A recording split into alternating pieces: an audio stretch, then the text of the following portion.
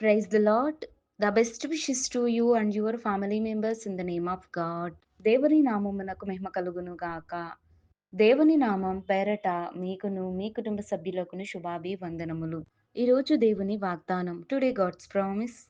యెహోవాయే నీకు నిత్యమైన వెలుగుగా ఉండును. నీ దుఃఖ దినములు సమాప్తములగును. యెషయా గ్రంథం 60వ అధ్యాయం 20వ వచనం. The Lord will be your everlasting light, and your days of sorrow will end. The book of Isaiah chapter 60 verses 20.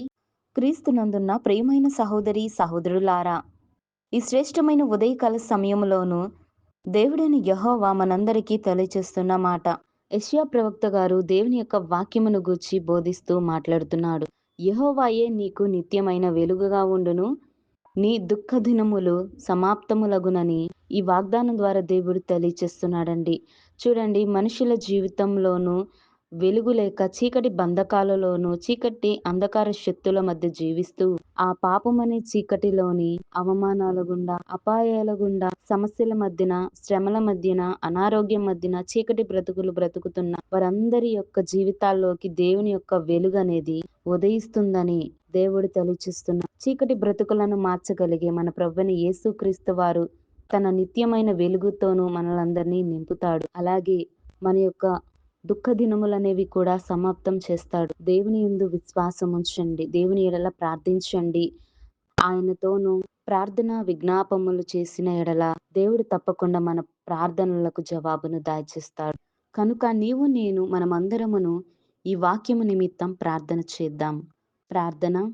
మహోన్నతుడా, మహాపరిశుద్ధుడైన మా ప్రియ పరలోకపు తండ్రి, నీకెన్నో లెక్కలేనన్ని స్తుతులు స్తోత్రాలు తండ్రి. నీ పాదాల చెంత పట్టుకొని ప్రవ్వా నీకు ప్రార్థిస్తున్నాం తండ్రి అయిన దేవా. ప్రవ్వా, చీకటి వెలుగుల్లో జీవిస్తున్నారు కొంతమంది, వెలుగులోను కొంతమంది చీకటి బ్రతుకుతూ ఉన్నారు. అటువంటి జీవితాలను మార్చండి, సరిచేయండి. శాశ్వతమైన నీ నిత్యమైన వెలుగును వారందరికీ దయచేయండి. ప్రతి పాపము నుండి కొట్టివేసి నీ వెలుగులోనికి నడిపించి వారి యొక్క సమస్యల నుంచి తప్పించండి దేవా. ప్రభువా, ఎందరైతే అవమానాలు పడుతూ, దిగులు పడుతూ, వేదన పడుతున్న ప్రతి బిడ్డతోనూ నీవు మాట్లాడండి. వారి యొక్క దుఃఖ దినములనేవి సమాప్తము చేయండి తండ్రి. మమ్ములను మేము సరిచేసుకుంటూ వాక్యానుసారమైన జీవితంలోనూ నీ నిత్యమైన కృపతో మా అందరికీ దయచేయమని యేసయ్య నామమున ప్రార్థిస్తున్నాను తండ్రి. ఆమేన్.